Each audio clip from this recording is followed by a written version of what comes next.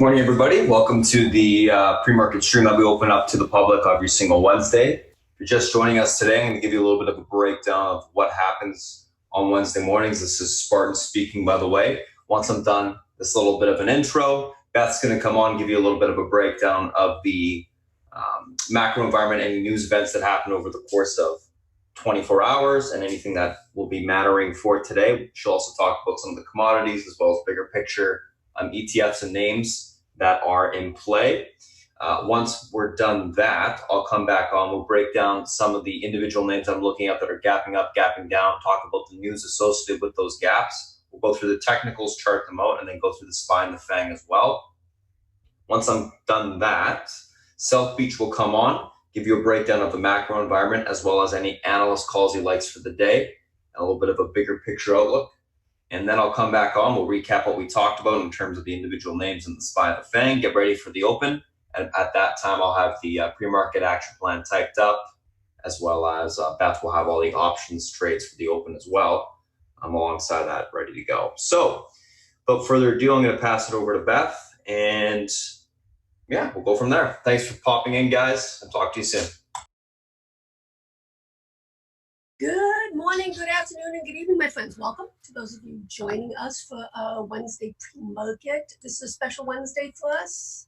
FOMC, quarterly, quadruple witching. We got lots to talk about in terms of from the market perspective. And I apologize. There we go. Yeah. And let's get to it. There was something happened. We're going to discuss the Fed putting liquidity into the market with the repo rates. We'll talk about that in just a second. Overnight, Japanese trade balance came in from the deficit, and obviously that would be in terms of consumption, slowing economy, etc. The Eurozone CPI a little bit softer than expected, and obviously we have housing starts today for us, and most importantly, well, crude, but for me it's going to be the FOMC. We've talked about this with the CME. I discussed that we'll get back down to 50. It's at 50, and I actually and I continue to think this is a good thing. That the market is preparing itself for potentially no rate cut.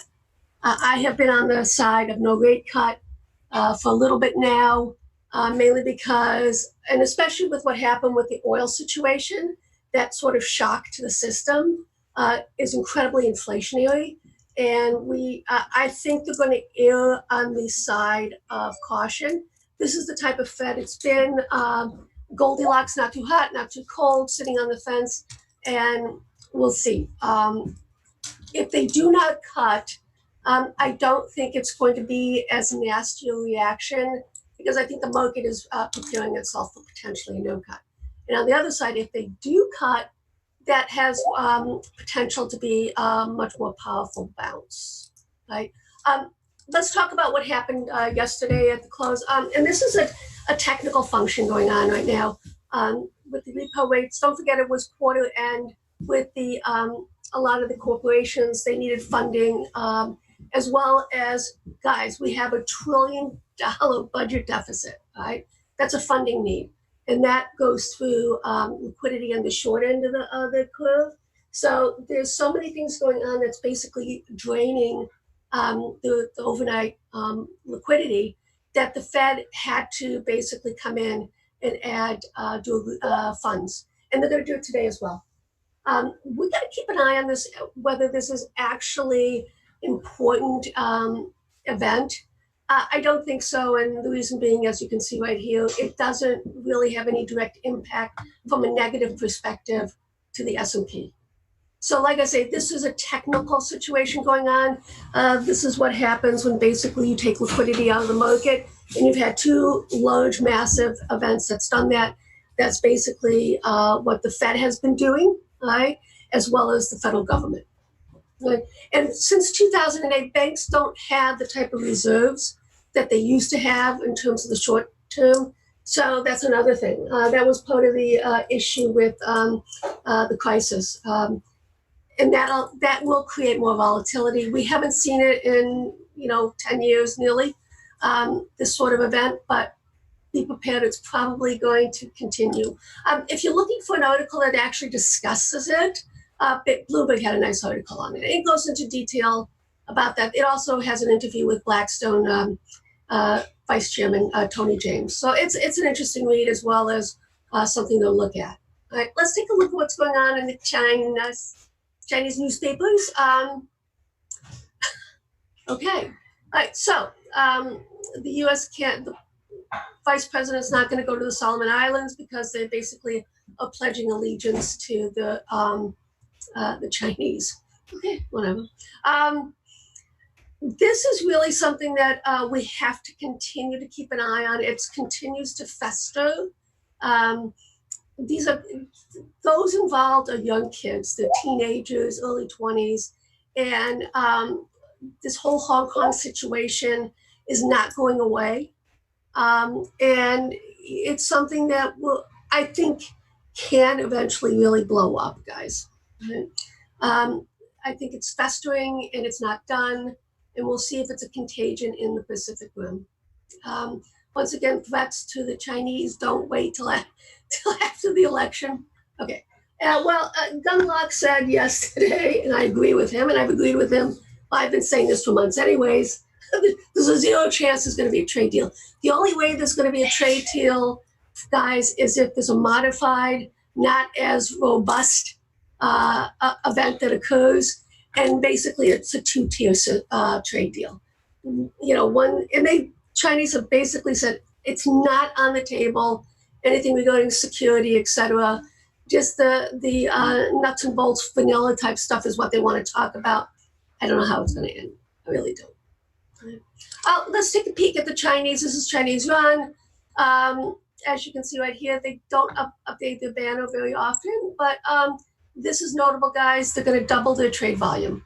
I still continue to feel that the Chinese are basically biding time so they can find offsets to their exposure to the U.S. that they're reining in. And I think that's through the Belt and Road Initiative, South America, Africa, Europe, Eurozone, Australia, that whole Belt and Road Initiative.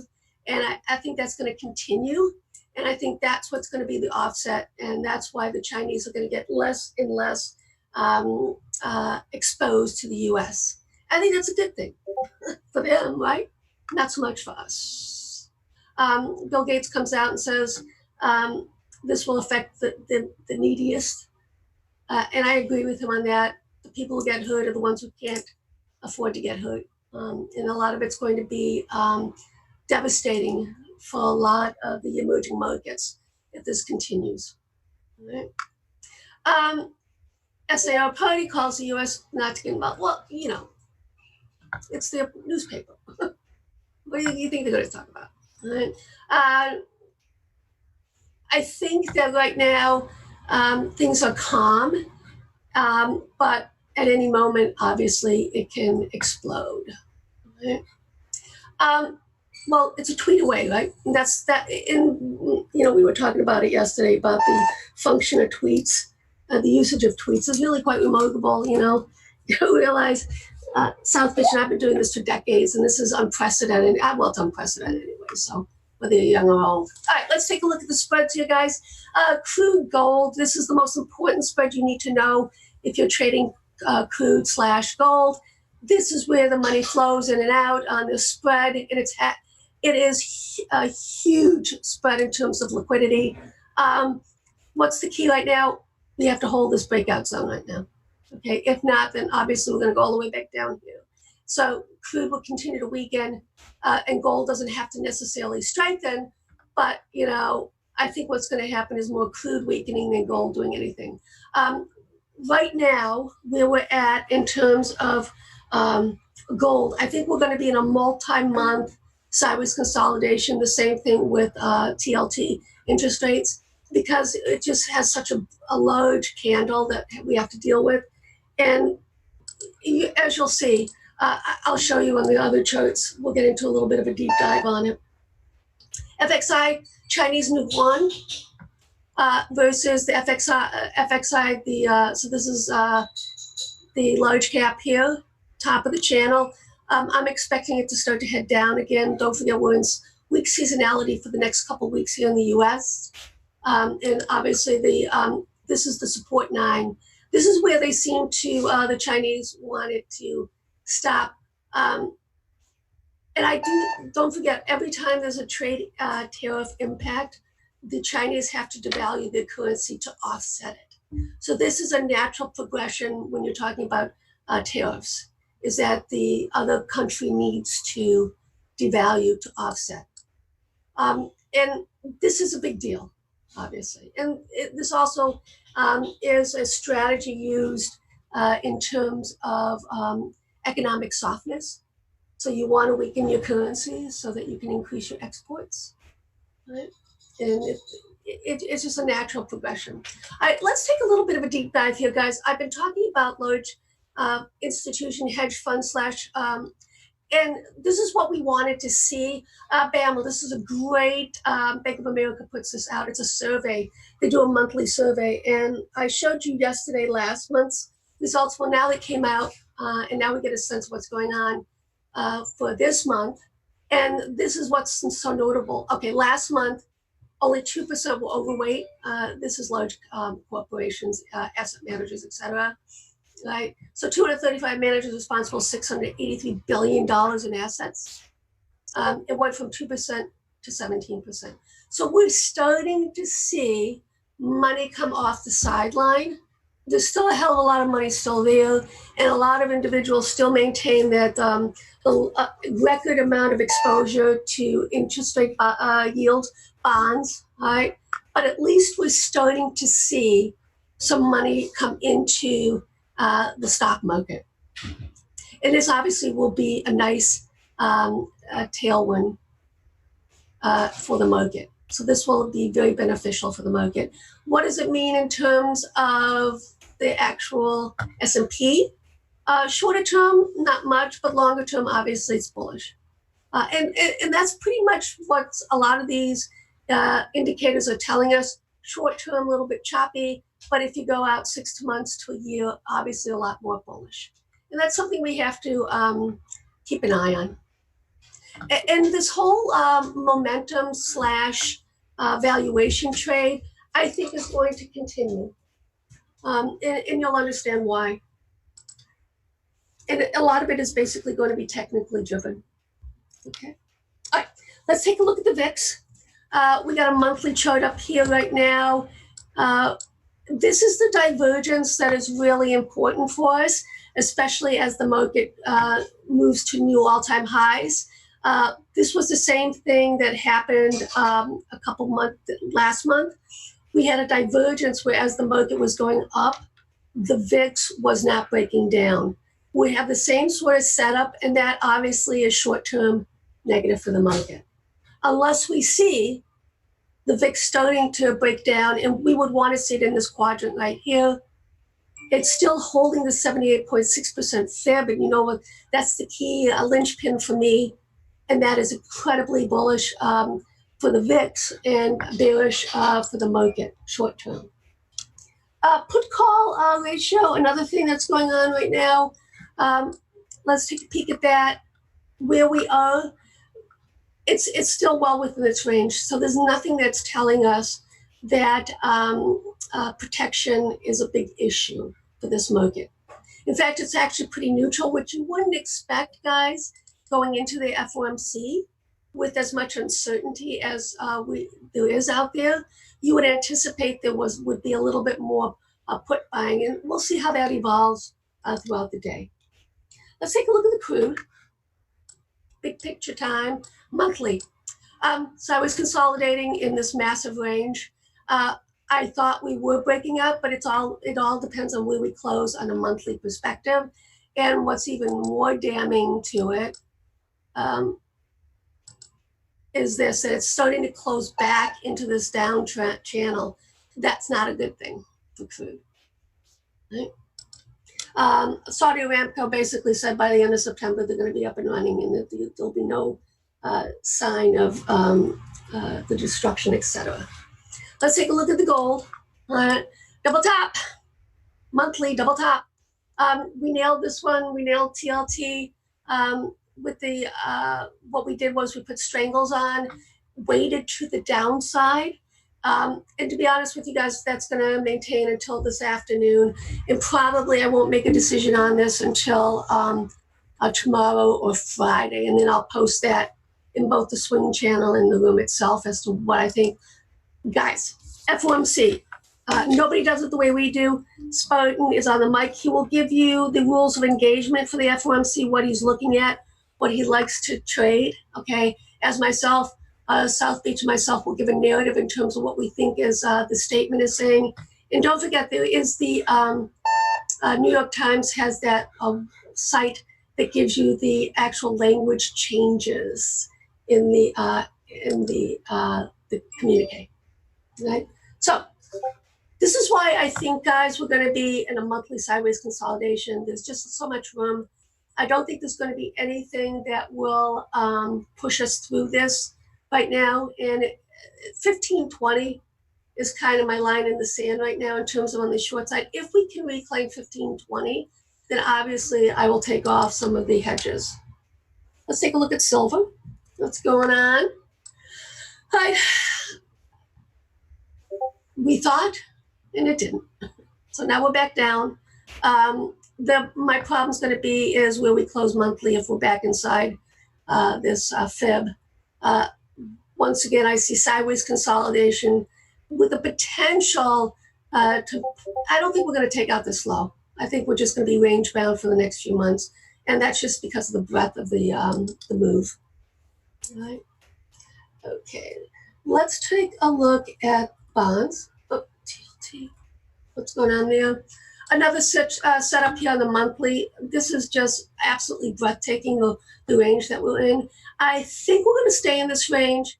But don't forget, I show you every day the TLT going back. This is the third time that we have this type of extension. And each time, minimally, we're looking for the 38.2% retracement on it. And where would that get us? Let me show you right here.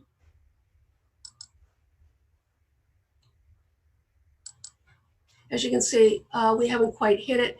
This is where I think we're going to land and touch and then start to sideways consolidate. I don't think we're going to get more damage than that, but we nailed it, the triple top here. We've been, once again, on the puts, weighted to the downside, and I'll probably balance that out for the FOMC, guys. Right? But this is, in my mind, this is where I think we're headed. And this is where we have to see if it obviously holds. If not, then next level. And as you can see, these fibs line up beautifully with this range that we broke out of back in July. All right. All right, let's take a look at the futures. What's going on? Well, big picture, triple top. We got to break and hold above this 30.29.5, guys. Or else we're mired in this low just monthly consolidation pattern. And the thing is, just like with any commodity, when you're at resistance, that's where you sell. And you can do a small short because you can't anticipate a breakout. The breakout has to happen for you basically to get into it. So this is what we're dealing with.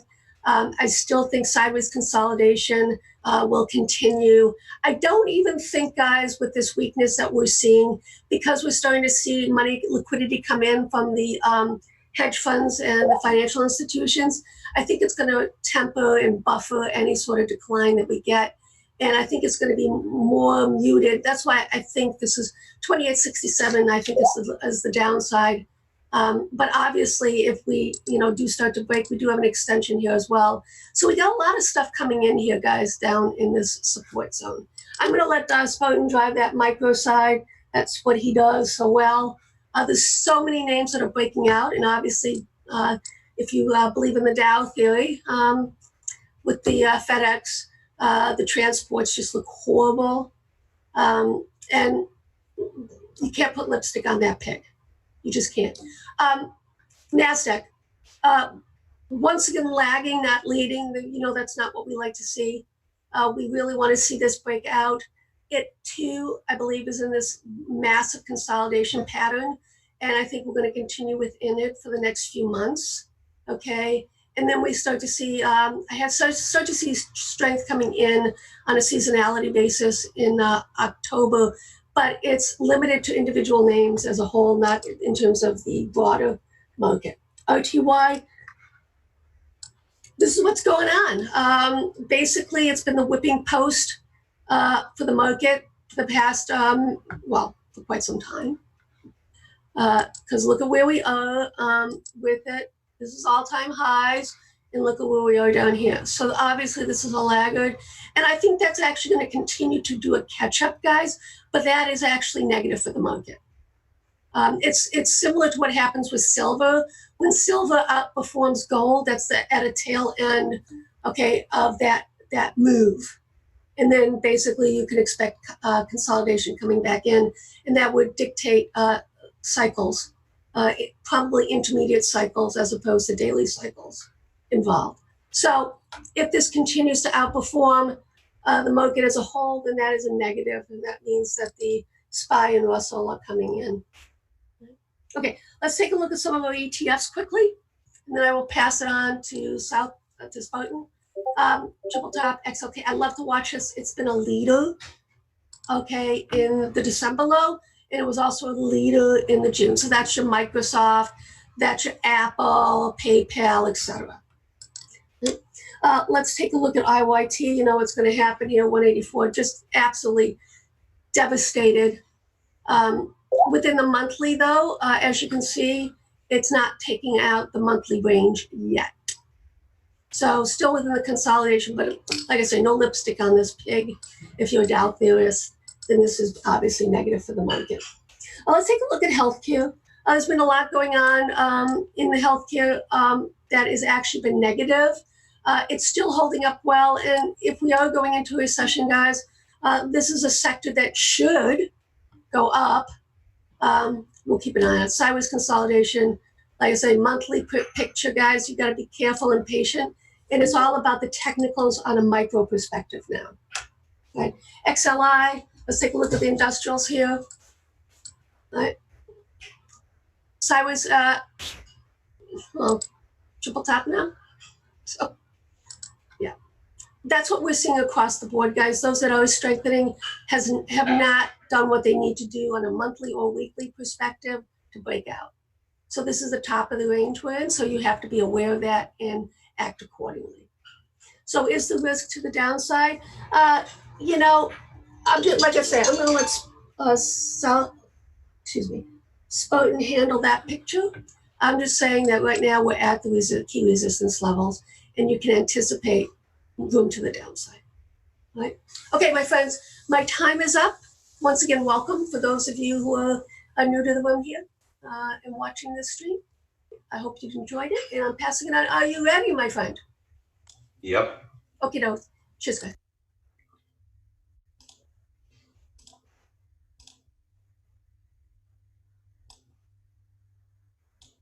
All right, guys, morning. So let's take a look at kind of what we got going on this morning. Guys, if you're new to chat, I will be posting the Discord link after the YouTube stream is shut off this morning. So you can look for that. Let's take a look at kind of what we got going on this morning.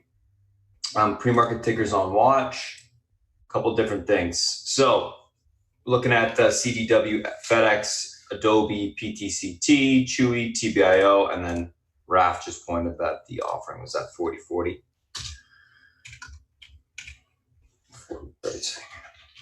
So now we know the pricing on that. Fantastic. CDW. So Dow Jones basically announced that these guys can be joining the S&P effective on Monday, CDW. So these guys will be bought up into that and will be continuously bought up because there's some funds, etc., that can only buy companies that are in the S&P 500. And that's positive for them. FedEx earnings miss, EPS and revs. 2020 guidance was lowered, 11 to 13 EPS versus 14.67. That's why they sold off. We've been looking for, well, we hit 156 target. Now we're looking for 153.36. I was tweeting this stuff out, but we'll go through that chart, talk about that today. Adobe earnings in line, EPS beat, rev in line. Q4 guidance lowered, EPS and revs. Stock gap down on that. We'll talk about that one as well. PTCT, 250 million common stock offering at 40.40, not bad pricing. We'll look at that one. Chewy earnings mixed, EPS and rev beat Q3 guidance up, but fiscal 19 guidance lowered. So stock is gapping down on that. Last but not least, TBIO translates buyout prices, 9 million offering at $10 a share, pretty close to where it's at. We'll look at that one. So let's take a look at these names from an individual and technical standpoint now.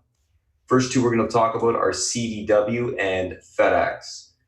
Real quickly, just looking at the SPY and the VIX, we will go through this after, but we can see that the SPY is obviously not really gapping up, but the VIX is pulling through the lows, gapping down. This is notable.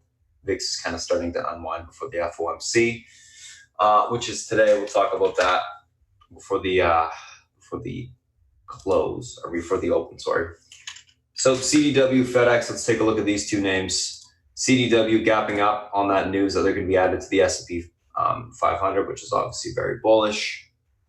Let's see where we got room to right now on this stock. So we're gapping through all-time highs, I believe. Let's take a look. Here. Yes. So we got to do a little bit of Fibonacci extensions on this thing.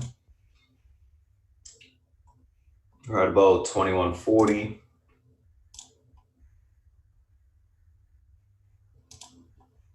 Fantastic.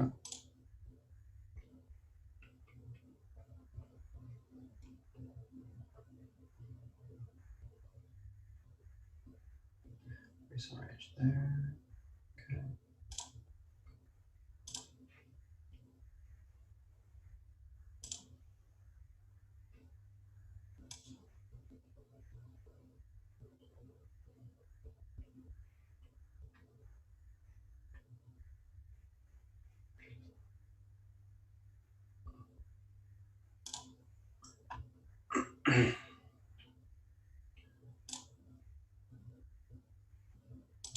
And then I can do one more.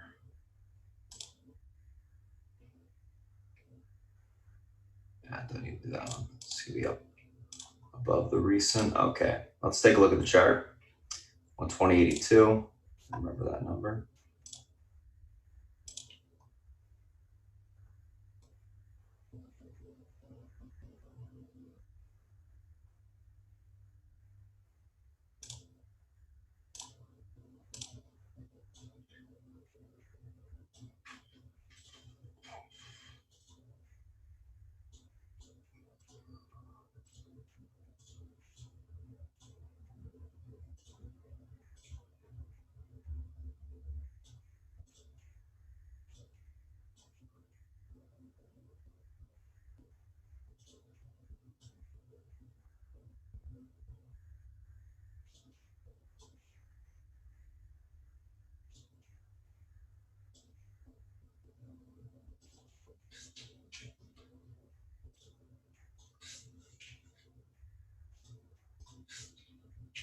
Cool. So there we go.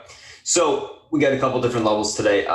This blue line right here is going to be called the pivot point. What's the pivot point? Pivot point's a strong support or resistance level on the daily. In this case, this is an all-time high breakout. That's the all-time high level. Strong resistance level to the upside that is of significance. If this level breaks and holds, we got more room to the upside. We technically don't have any resistance above it. I'm using Fibonacci extensions to get these levels, so we have something to go off of intraday.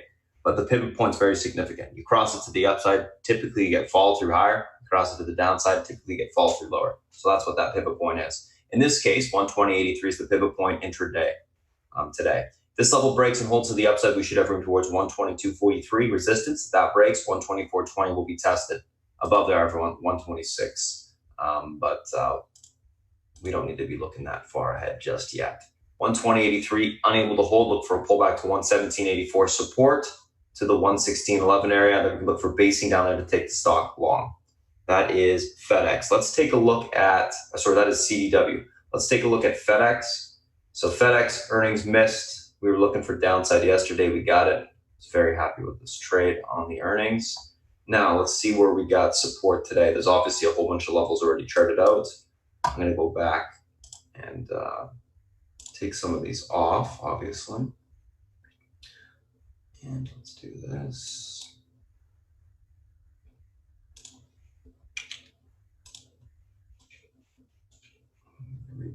these levels here.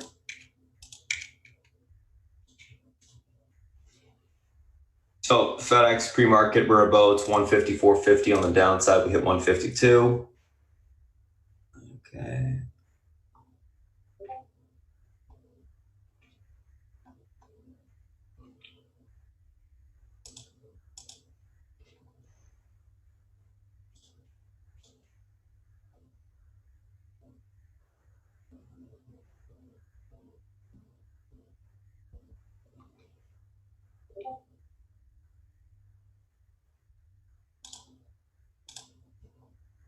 Yes, makes sense.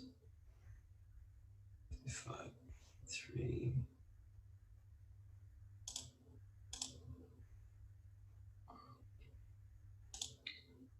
Do tight.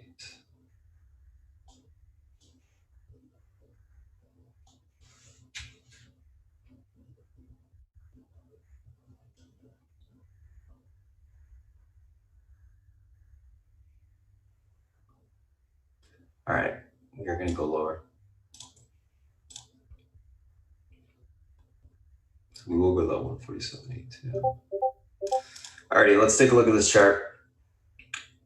Some basically huge levels were broken yesterday. Earnings, it was bought into on earnings. I'm not surprised. We figured it would sell off towards the bottom end of the range. So there's no surprise there.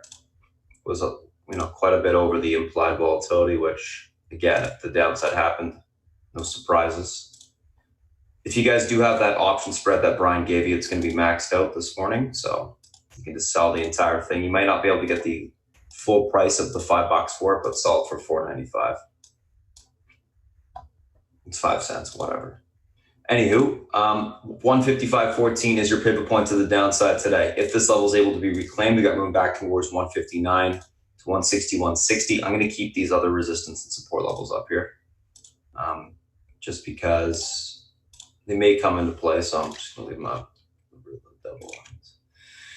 159 to 160, 160 to the upside. We'll look for topping there if it does bounce, and then we can short that stock again on the topping. If 155.14 is unable to hold, we will sell off towards 151.52 and then into the recent low range, 147.85. This is a big support. If that breaks, we're going to start to unwind even more on the daily. Obviously, huge move on the after hours so far, and the pre-market, a little bit of a bounce. We'll see whether or not we reclaim this 155.14 pivot. What I'm going to be looking for is two things: either a pop, topping, short the stock, or rejection of the pivot for continuation lower. I still have a piece on it short right now. I will add into that position if it does bounce. So that's CDW, and that is FedEx. Let's take a look at the next two.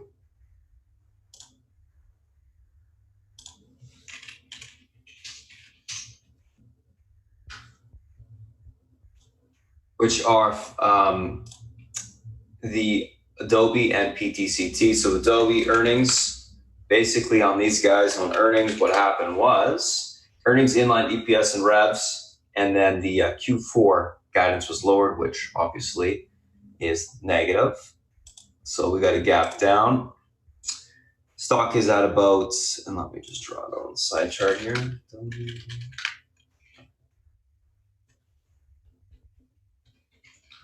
There we go. Stock's at about 276.56 in the pre-market.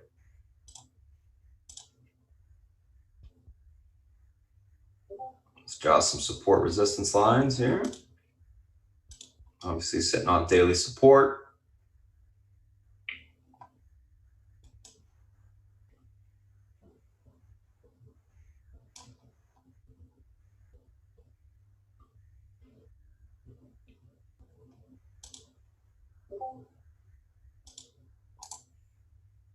That's why it's not showing up.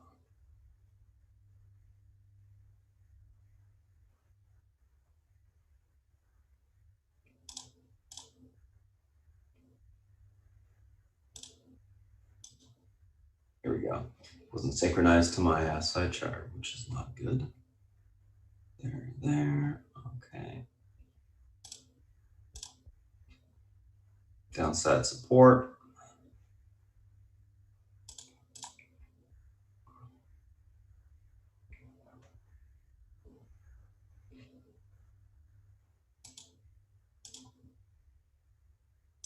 That should suffice for now.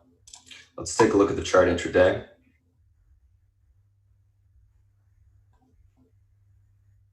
Just double levels, so I'm just going to do this.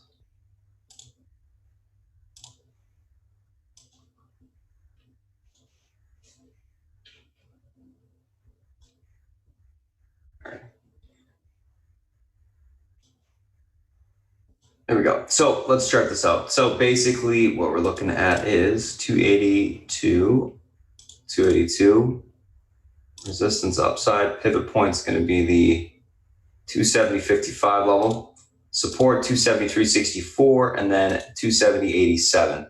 It's testing a range to the downside on the daily. If this breaks, we can see further continuation through these two support levels. But obviously they need to confirm the break, 270.87, and then we can look further past that to the downside. 276.55 is your pivot point intraday, sitting right on that support. Holds it this morning, look for a bounce back to 280, 282 to the upside. And then we can look for some topping between that and the last day's close price. Take the stock short. If the stock is unable to reclaim 276.55, we start to look for an unwind to 273.64 to 270.87. If that breaks, we're going to have more room lower, of course. I'm going to go for actually one little support line below that 270.87. Why? Just so that we're prepared. 267.38. There you go. Just mark that for us. There you go. Just in case. So that's what we're looking for on Adobe here. Let's take a look at PTCT. So these guys did a 250 million stock offering, priced it at 40.40.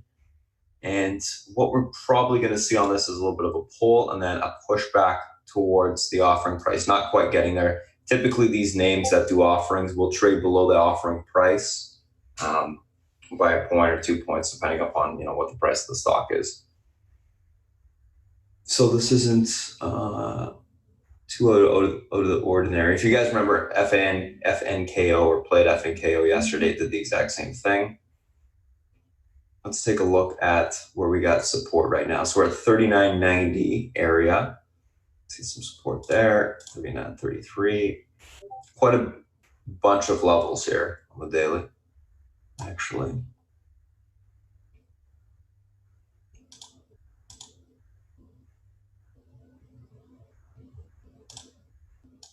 $37.14, 39.33 pivots to the downside.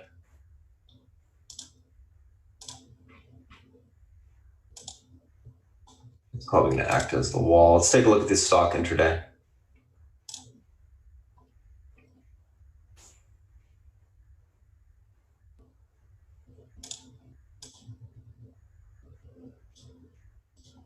I'm actually going to go for one higher resistance.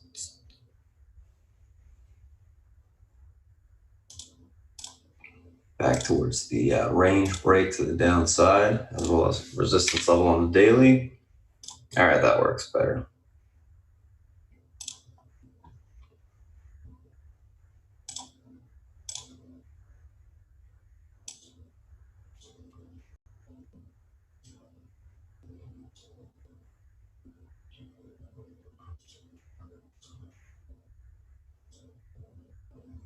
All right, so pivot point to the downside on the stock, and let me just quickly do this, see if I need to extend the downside. No, it's already extended. Okay, so pivot point on the downside on PTCT today is 39.34. If this level is unable to hold, we should see continuation towards that 38.12 area to the downside. That breaks that 37, I believe it was, let's see. I can't see it. 37.14 to the downside will be tested after that. If 39.34 holds, look for a bounce back towards 40.24 on the upside. Breaks that, we see 41.63. Overall on PTCT, going to be looking for a little bit of a pull through that pivot, basing, then take the stock long on that basing. So I'm leaning bearish on the open, and then I'm going to be looking for basing to go long. That is Adobe and PTCT.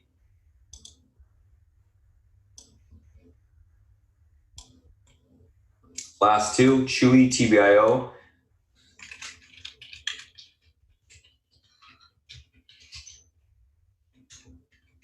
And I think what I'm going to do is going to flip out TBIO for the SPI that's running in the pre-market, because I always like to have at least one smaller name. Right now, let's take a look. I'm just going to quickly grab the news on it.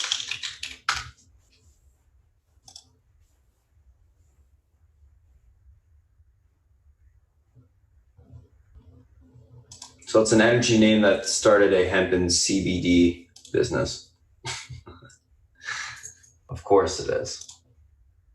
All right, I'm just going to throw that in the notes. SPI. Why not?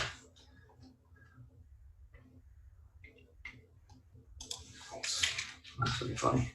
All right, so Chewy and SPI.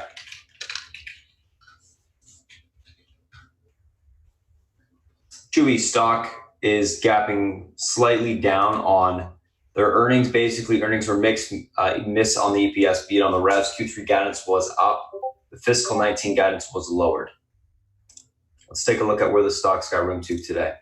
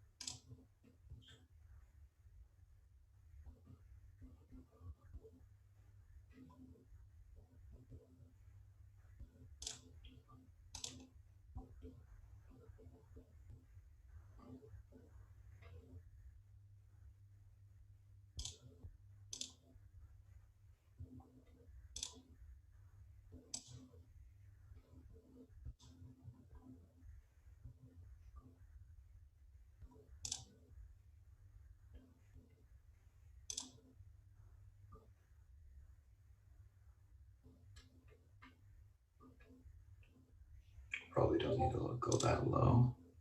2650.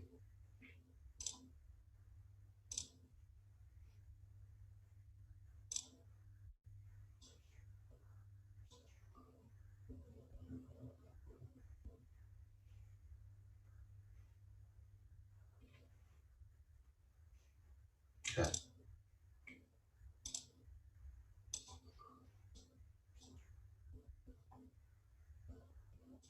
$28. 27.38. Here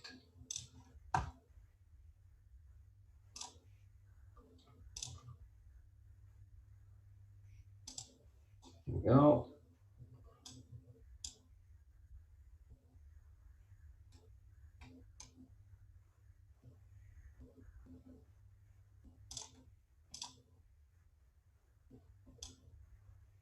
Okay, so pivot point on the downside today on Chewy is going to be 2904 level, which is that range support on the daily. Levels unable to hold, we look for continuation lower on the stock towards the 2801 support. If that breaks 2730, it will be tested. If we're able to hold the pivot, which it is right now, this range on the daily to the downside, we should see continuation back up towards the 3026 area. That breaks, we see 3123 to the upside today. Get through there, we can look for a retest of the 50 EMA. Overall, right now on Chewy, I'm leaning bullish, holding above the 50 EMA. I think it's holding pretty decent with those earnings and that lowering of the guidance. So I'll be looking for continuation back to the upside and then maybe some topping up there to take the stock short back down. I think it's going to be one of those names that after the earnings pushes up and then maybe pulls back, grinds out. SPI. So these guys started a marijuana and CBD company, or hemp, sorry. CBD and hemp, yeah. They partnered with Navajo Nation to do so. Stocks coming up off the lows. Energy name. Lower float, I mean, it's like 10 million. So smaller float on the company. Let's see where we got room to today. So 303 pivot points. It's got room to, let's see. Obviously, you can see it's one of those names that kind of pops and sells off.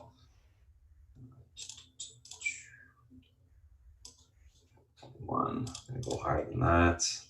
464.80. Down support 336. Basically 254, pretty much gap fill if that breaks. Okay. Again, it's a nice chart for a lower float stock. You got some room.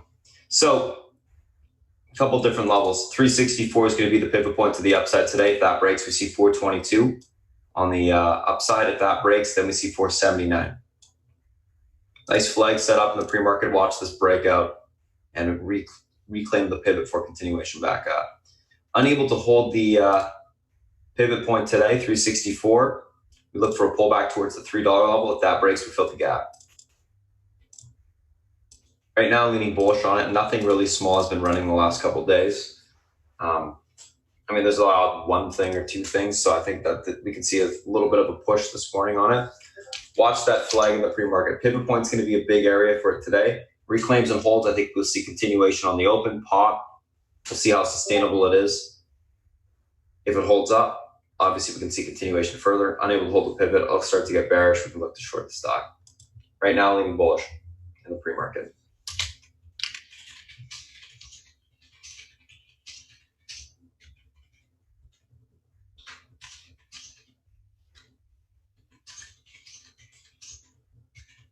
So that's what we're looking here on SPI. I'm going to take a screenshot of these two, and then we'll move on to the next, which is the SPY, the FANG. We'll rip through those, and then I'll pass it over to South Beach. So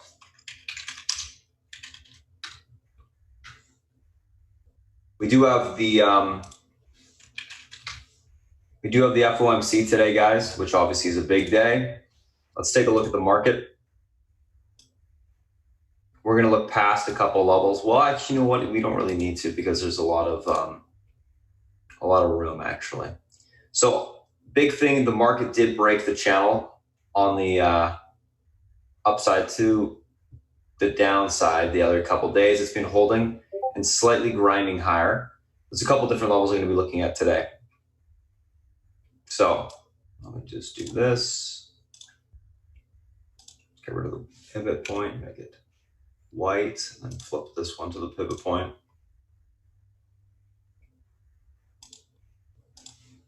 Pivot point on the market today is going to be right here, 348. That's our pivot point today. If this level is able to hold, if this level is able to hold, let's say the FOMC to come out, start to push off of it. I want to get rid of this 347, but whatever.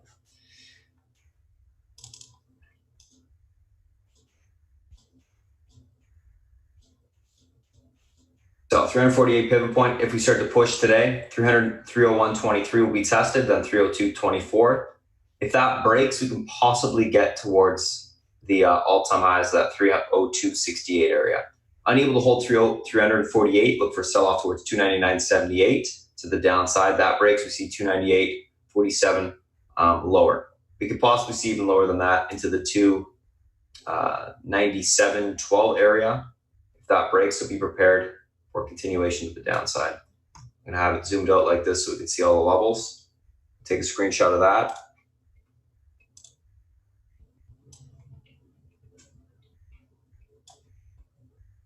Not certain what we're going to see, obviously, on the FOMC, but be prepared for both sides, up, down. We can have range, or it could be range bound between that 299.78 and 301.23. So we'll see whether or not we get a push through it or not. That SPI is flagging, so keep an eye on that. So that's the SPY. Let's take a look at Apple.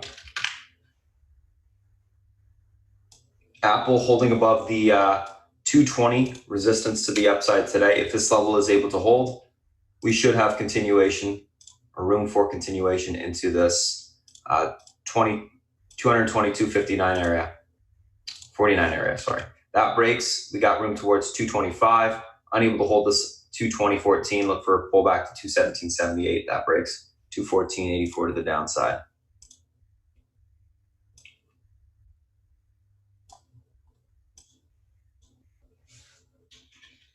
Watch PTCT, guys, into the pivot right now on the downside.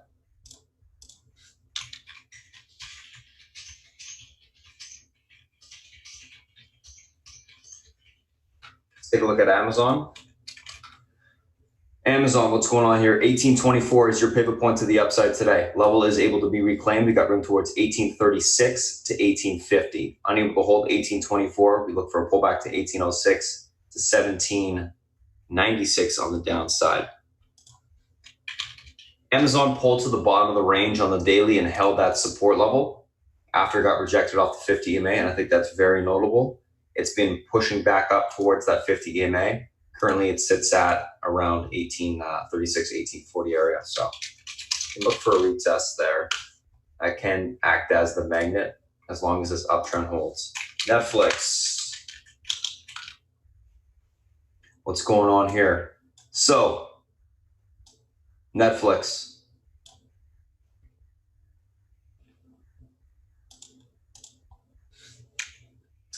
$297.55, $293.12, and $298 support resistance levels. $293.12 pivot point on the stock holds. We got room back towards $297.55 to $370, $360. Unable to hold $293.12. Look for sell off towards $288. Netflix has been holding above EMA support on the daily and above the downtrend. So I do think it's leaning more bullish. We'll see if it can hold that EMA support today, though. Take a look at Facebook.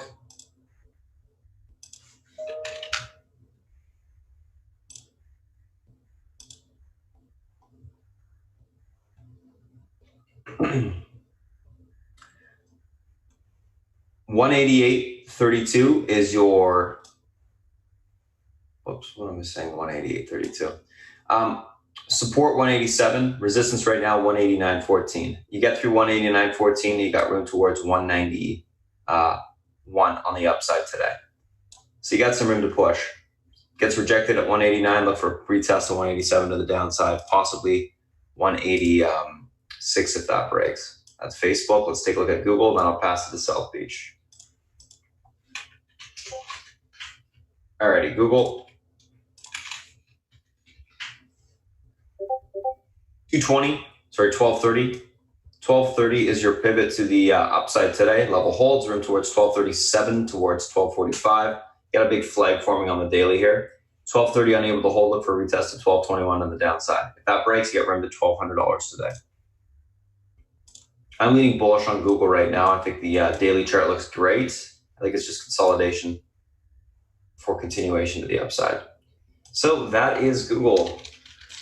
That's the SPY the Thing, individual names that we're looking at this morning. I'm going to pass it over to South Beach. He'll come on, give you a breakdown of the macro environment, any analyst calls he likes for the day. We'll come back, recap what we talked about this morning, go through the action plan, and then get ready for the open. South Beach, if you're ready, it's all yours.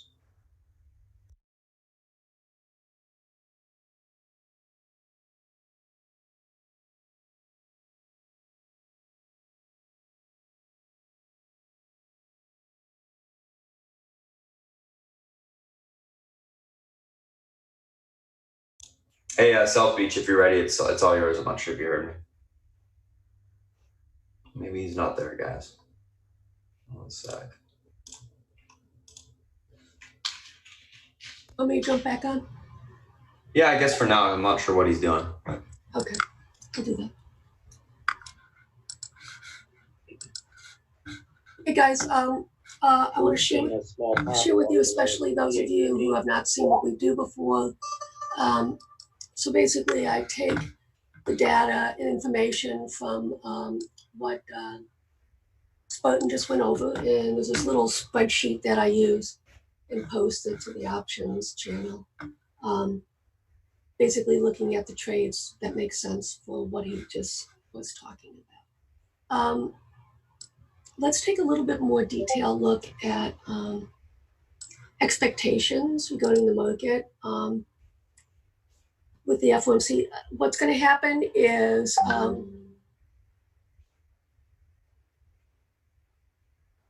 what's going to happen is before the FOMC, Spartan will get on. He's going to look at gold, nugget, dust. He's going to look at VIX, VXX. He's going to look at Labu. That is actually an amazing correlation that he found. And then as it comes out, the data. I'm sorry, I've been talking and the mic was off. I apologize. Okay, fine. Okay. Yes, sorry. Sorry about that. Not a Okay. problem. So let me restart. I apologize. Fed Day. Often on Fed Day, global markets are really quiet, as they are right now. Indexes barely moved anywhere. Europe, FTSE is flat. Germany's flat. CAC is flat. Nikkei barely moved. Shanghai barely moved. Everybody's waiting to see what the Fed's going to do. That is often the case on a Fed Day. And the bond market yields are a little lower across the board globally. And when you look at our curve, the 1 year and the 2 year, the 1 year is definitely inverted, and the 2 years kind of flat. Okay, so let's talk about what I think the Fed. First of all, let's talk about what I think the Fed's going to do. Okay, and why. All right, I think they're going to cut a quarter of a point. I think the reasons are. I think the bond market, the bond traders have gotten ahead of the Fed, and with long rates where they don't want an inversion. Okay, so they're going to have. The Fed has power over short-term rates. So if they lower the short-term rates, version will be a little less, et cetera, et cetera. They want the curve not to be as flat as it is. They'd like some kind of curve. So I think they're going to cut a quarter of a point for that reason. I also think that the dollar is, if they don't cut, the dollar will continue to be strong, which is a headwind for our S&P companies because they do more than 50% of their business overseas. And the third point is the FedEx conference call, which I'll get into a minute. I think that is going to have an effect as well. So I think they're going to cut a quarter of a point. You know, I've always told you guys that the first move after a Fed rate change is the wrong move. Okay, so watch that carefully. All right. Don't jump on the bandwagon the second. Wait to see if there's a second move. Play the second move.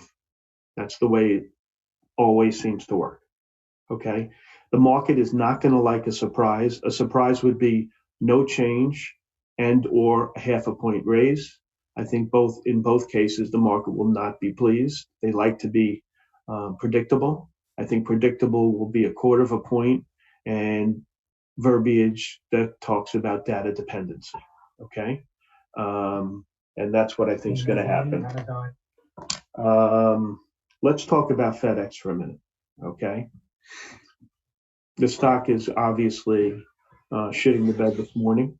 This is a great company that probably has a better handle on the economy than any other stock we have. Okay, I would say that and UPS are the two monsters. Now, Fred Smith is not, you know, he's a straight shooter, and I think that if he's seeing headwinds in the economy, then we're going to see it's going to filter through. Okay, so he says that the trade war is starting to have an effect on business, and he sees slowing, and it's a well-managed company. I mean, a couple of guys in the research area complained that he bought too many planes in the quarter and he spent too much money knowing there was going to be a slowdown. I don't buy that shit. What I buy is a guy who's been dead right on the economy for decades saying that we're slowing. Okay, and I'll go with his data over anybody else's because no one has their pulse on the economy globally better than him. I mean, the rails have a pulse on the economy, but most of their business is domestic. Okay, FedEx covers the whole gamut, and they are a global player. So this is a shot across the bow, and I think you got to really pay attention to what's going on here. All right, and for this stock to be this bad on earnings, I mean, I don't remember the last time they had a reaction to earnings this poor. I'm sure it's happened. I just don't remember it happening. So I think the Fed, if they were on the fence, he got them off the fence last night. Okay. And so that's what I think is going to happen. All right, let's look at a couple of other things that are going on today. I see Facebook is coming into the play in these streaming wars. Look, all the big players are in this space now. One after another: Apple, Disney, Facebook, Amazon, Comcast has a new box. There was a deal with Friends last night. Not last night, the end of not Friends, Seinfeld. Then there was a deal with The Big Bang Theory and The Office and all this stuff. And at the end of the day, what's going to happen is there's going to be a margin erosion. Okay. When all the players are in the same space, they're going to compete on either adding content, which is going to cost them money, or price. All right. So the players who've been in the space are going to see margin erosion, in my opinion. The Rokus of the world, the Netflix of the world. The cost of content is going to go up. I wouldn't be surprised if there's another look at Lionsgate and Discovery for content. And I think there's going to be significant margin erosion as things go on. So I think that business is getting ridiculously crowded, and you got to be careful in those stocks. Just my opinion. All right.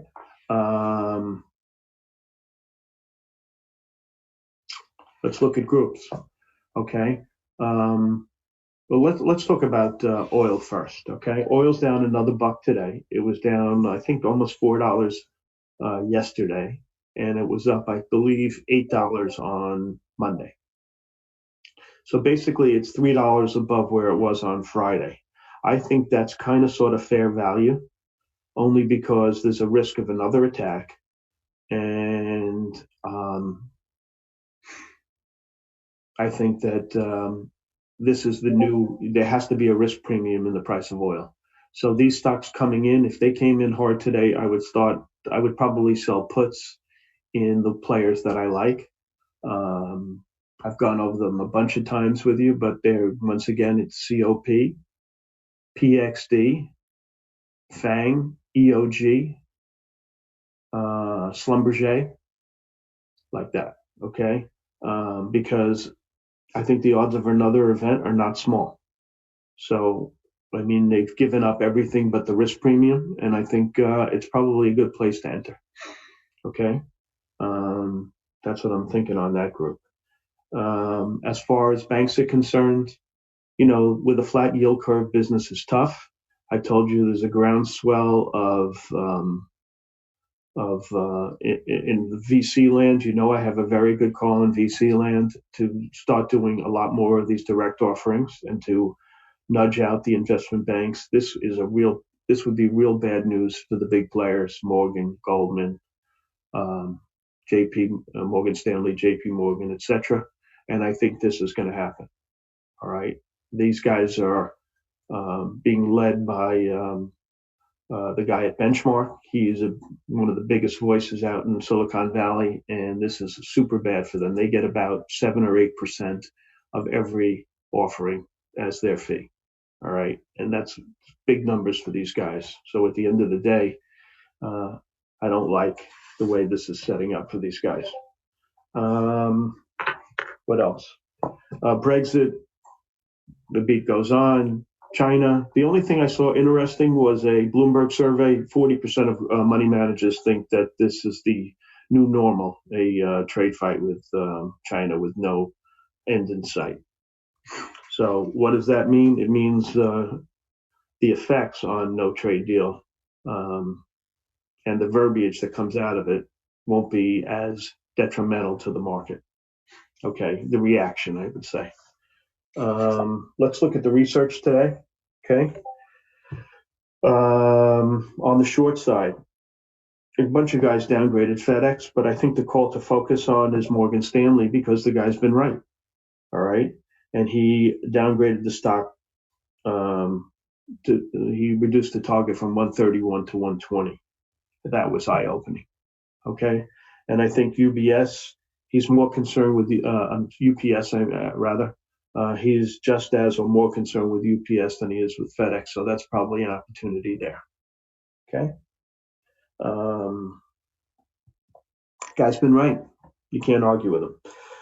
PM and MO, Citibank is saying that the odds of a deal will keep going up, more likely, and I can see where they're coming from. Business seems to be really crappy. These stocks have been going down every day, and I think they need to merge to save costs.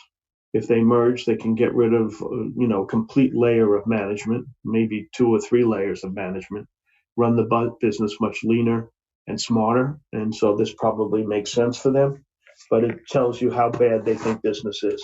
I think that's a real good indication. What else? Masco was downgraded by Buckingham. I don't think that's significant. KeyBank went to neutral on 3 stocks, Whirlpool, Lennar, and Stanley Works. I'm not big on KeyBank. I'm just pointing it out. One thing I did notice is earnings. I think in the last 4 or 5 days, we've had, I keep a real good eye on earnings, probably 14 earnings calls, and I think 13 of them missed, which is pretty unbelievable. All right. Today, there were 4. All of them missed. Adobe, Chewy, FedEx, and General Mills. There was 5 or 6 the other day. 1 of them was okay, and 4 of them missed. It's just really not. I don't know. Doesn't look too good with the earnings in the earnings front. Anyway, back to research. Nomura initiated Lam Research with a neutral, but their target's 216 and the stock's 236. I don't think that's a neutral call. I think that's a sell call. I don't know how you put neutral when the stock is trading $20 above your target. And on the long side, Guggenheim upgraded Roku to a 170 target. I think they may want to rethink that. Walmart, new coverage over at Citibank. They raised the target to they raised the target to 135 from 129. I thought that was interesting. I think the best call of the day, believe it or not, was out of Cowen, and they think IAC has $3 billion that they can unlock by spinning off all their holdings, the matches of the world, and what else they own. They own a bunch of crap. I could give you the names if you want. Hold on. I think they have Angie's List and MTCH. They were saying there's $3 billion of value that can be unlocked at this level. And they put a 315 target. So I thought that was the number one call of the day on the long side, even though I'm not a huge fan of Cowen. What else was there? Wedbush was bullish on Apple. I kind of agree with that because I think all the people that had the 6s, they got new batteries. The phones are getting old. I think they're going to be forced to get new phones. In addition, I think the next phone that comes out is going to be gangbusters because it is going to be 5G. So I'm kind of liking Apple. What else? VMC was positive at Stifel. I didn't love that call. The guys that like FedEx, I think, want investment banking business, to be honest with you, like Goldman Sachs. They don't want to knock the stock. What else? That's it, really, on the research. William Blair, when you see this biotech research and they have these pie in the sky numbers, it's just ridiculous. So I try not to even talk about it. William Blair liked 2 stocks with crazy targets.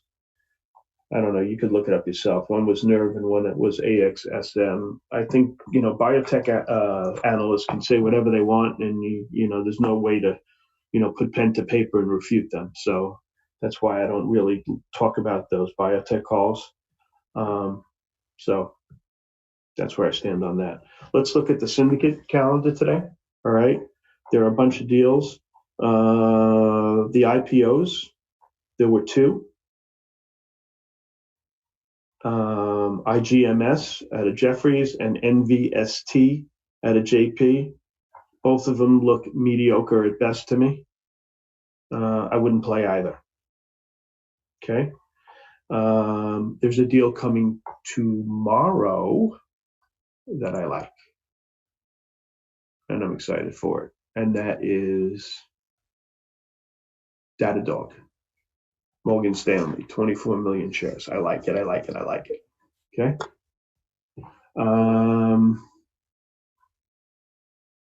Okay. Then there were a bunch of secondaries. Let's see. I like playing the line in the secondaries. That means whatever the price comes at. All right. I use that as the buy sell number. So if it trades above the line, I like it long. If it trades below the line, I like it short. That being said, there was one deal. Well, if you didn't know the deals, Road, ACAD is interesting to me. I like when a company has good news and raises money because you know what the money's going to be used for. So I kind of like ACAD. And the other ones I'm kind of sort of indifferent on. Road, INVH, PTCT, etc. The one I'm not indifferent on is this TBIO. I owned a little bit of TBIO prior to this. I came in with it, not a lot. You remember I told you guys I had, I don't play biotech, but I had one that it was like $7 and I walked in and got taken over and it was like $34. That was because a hedge fund named Baupost had an oversized position in it. Okay, well, they have an oversized position in this one as well, TBIO. They own 8 million shares and they bought 2.3 million in the quarter that just finished. So I kind of like TBIO and I bought it on account of that. Now they're raising money. You can read the articles about TBIO if you go to Google and look it up. There was an article on the company and their new technique for finding drugs in Barron's. It's an interesting article. So they did this deal. It was how many shares? I think it was 9 million shares at 10. I like this one. And the thing that would solidify my like in the company is if Baupost bought on the deal. I'd be surprised if they didn't. If they didn't buy in the deal, I will sell the stock, but I'm confident that they are participating in this deal. And you'll probably know in 2 or 3 days. Okay, so you got to watch Fed filings and see if and how many Baupost bought. The other guy who's big in this is Omega, which is Cooperman. I'm curious to see if he bought any as well. But the real axe is Baupost in my mind, and I will increase my position if he added to it on the deal. Okay, so that's another thing I'm watching. And that's about it.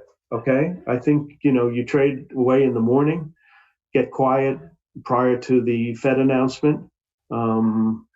And let's get involved after we should have a really good trading environment right after the Fed numbers. Wait for the initial reaction and play the second one. Okay, that's the way to do it. All right, Spartan, if you're ready, I said my piece. Yes, sir. Have a good day, everybody. You ready, Spartan? Yeah, I'm ready. Thank you. Alrighty, guys. Let's take a look at what we got going on. Thank you, South Beach. Pre-market tickers on watch, guys. I posted the action plan. Beth's posted all the options, etc. Just so you guys on the YouTube stream can kind of see what the heck I'm talking about. Here's all the options ideas alongside the equity ideas. So pre-market tickers on watch today: CDW, FedEx, Adobe, PTCT, Chewy, SPI. So CDW, they're being added to the S&P 500 on Monday, so they're gapping up on that. FedEx, earnings miss, EPS and revs, 2020 guidance, EPS guidance lowered, $11 to $13 versus $14.67. FedEx is gapping down on that. Adobe, earnings in line, EPS beat, rev in line, Q4 guidance lowered, gapping down on that, EPS and revs. PTCT, 250 million common stock offering at 40/40 pricing. We'll take a look at that, gapping down. Chewy, earnings mixed, EPS and revs beat. Q3 guidance was up, but fiscal 19 guidance was lowered, which is why they're gapping down slightly. SPI, last one. SPI Energy launches hemp and CBD business, partners with Navajo Nation. If you guys were in this thing in the pre-market, I was saying take some long on the flag break, sell some in the 422 area. Of course, guys on YouTube wouldn't have seen that, but you can see the notes in the equity section, or in the equity alerts area, I should say. looking for a little bit of a flag continuation there. So pre-market tickers on watch. If you guys want to look at the notes, you can obviously pause the recording, take a look, read it through. But anywho, let's take a look and do a little bit of a recap here. First two names we're going to be looking at are CDW and FedEx. I'm going to try and rip through these so we can go through questions as well. CDW, FedEx, 120.83 is the we're going to see continuation on the stock to the upside today. Bullish being added to the S&P. I think you're going to see buying until Friday. Monday, maybe see a little bit of profit taking, then we'll see continuation to the upside. 120 though, 83 pivot breaks to the downside today. Look for a pullback to 117.84 to 116.11, and then basing there to take the stock long. Leaning bullish, looking for continuation higher. FedEx. So we wanted 156.36 last night. We got it. We're looking for around 150, 152 to 147.85 on the downside today. Retest the recent range low. 155.14 is your pivot. If this level breaks from the 151.52, that breaks, 147.85 will be tested to the downside. If we are able to hold 155.14, reclaim that support, look for a bounce to 159 to 161.60, topping there to take the stock short. Overall, FedEx leaning bearish, going to be looking for topping, take the stock short. I still have a piece on short from earnings, and I'll be looking to add into it. Only if topping occurs though, so I'm going to be patient, wait for it. Let's take a look at the next two, which are Adobe PTCT. Adobe and PTCT.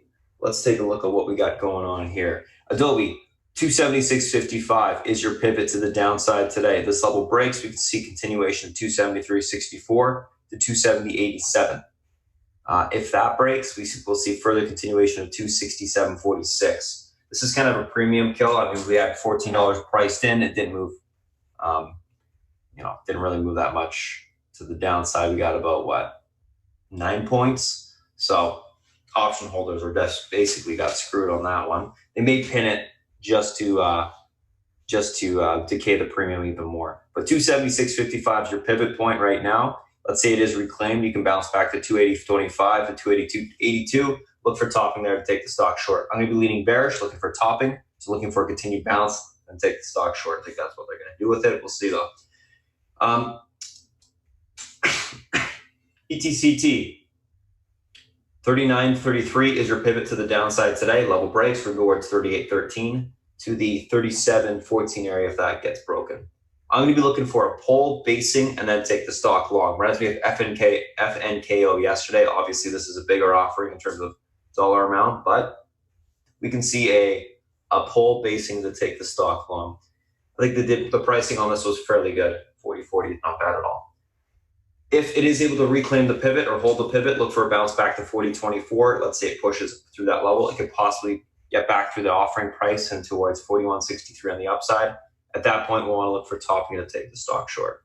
Overall, on PTCT, I'm leaning bearish right now on the open, and they're going to be looking for basing later on to take the stock long if it occurs. If not, then obviously just stay short. Chewy. Stock had earnings. Earnings were okay, except for their fiscal 19 guidance was missed, or lowered, I should say. 29.04 is the all-time low, as well as the pivot support on the daily, or pivot support intraday to the downside. Level breaks, room lower towards 28.01 to 27.38. If it holds, we can get a bounce back to 30.26 to 31.23. Right now, it's holding the pivot well. I think I'm going to be looking for a push on the open, and then maybe some topping around that 31.23 area if it breaks 30.26 to take the stock short. SPI. SPI, small stock. In it, we're long right now in the pre-market on that flag break. 264 is the pivot. If we are able to hold this level, room towards 422 again. We break 422, room to 479 on the open. We can get higher into the fives as well. I'll guide you on that for the guys in chat once it does break that area. If not, obviously, we'll pull back to the pivot. 364 if it breaks. We're going to revisit 304 to 254 on the downside. Basically, pivot breaks, stock's done, momentum's dead, and I think you're going to see a pullback towards that 304 support. This is going to act as probably that support intraday where it can hold and start to curl off of it. If it does break, though, I think we're going to fill the gap. Anywho, that's what we got for the individual names that we're looking at today. Let's look at the SPY. Again, FOMC is today. A couple different levels. Selfish kind of went over what's expected. 348 from a technical standpoint is our pivot point on the SPY today. I'm going to type this up. I'm going to post it on Twitter for you guys as well so you can see it. SPY pivot is 348 today.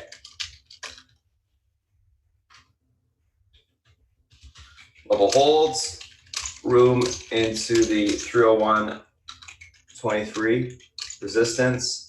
Breaks, we see 302.24 to the upside.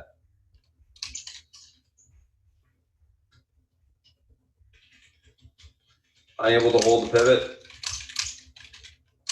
Room lower into the 299.78 support. Breaks, we see 298.47 to the upside. I'm leaning bullish.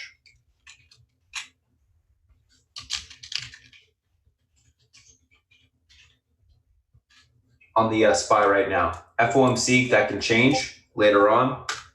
But right now, holding the uptrend on the hourly. We're above the EMA support, above the pivot. I think you can see continuation higher intraday. So that's what I'm going to be looking for there. Let's take a look at Apple. Oh, and real quickly, guys, if 298.47 breaks to the downside, 297.12, we do have a lot of room lower if anything unexpected and negative happens from the FOMC. So just be a little bit cautious.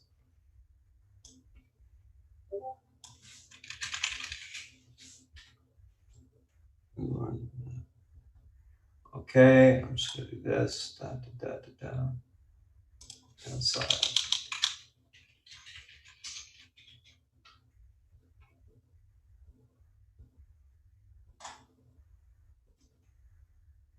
All right, so let's take a look at Apple. Apple 220.20 is your pivot, sorry, 220.14 is your pivot to the downside today, or upside, I should say. Holds room towards 222.49. That breaks, 225 can be retested. Unable to hold, look for a retest of 217.75 on the downside. If that breaks, we can see 214 on the downside, lower than that. So let's take a look at Amazon. Amazon 1824 room to the upside today, or sorry, pivot to the upside today. Breaks, we got room towards 1836 to 1850. Unable to get through 1824, look for a retest to 1805 to 1876. Amazon coming off the bottom range support on the daily. I think we can see continuation on the bounce higher. Netflix. Oh no, I may have froze my platform here. For some reason, Netflix does this and it causes it to crash.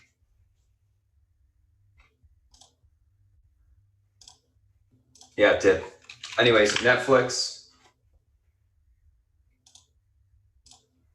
297.30 is your resistance to the upside today. Level is unable to hold. Look for a pullback to 293. That breaks, we see 288 on the downside. I'm going to reload this while we're talking about this on the other platform.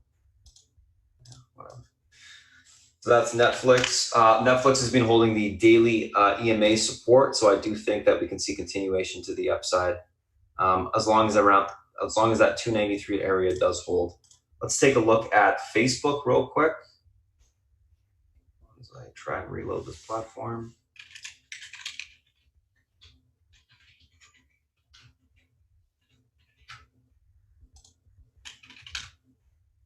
Facebook, basically 289 is your resistance to the upside today. That's your pivot point. If that level holds, room towards 292. Unable to get through 290.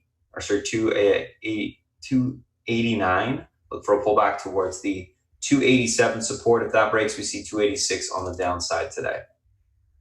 So that is Facebook. Last but not least, Google.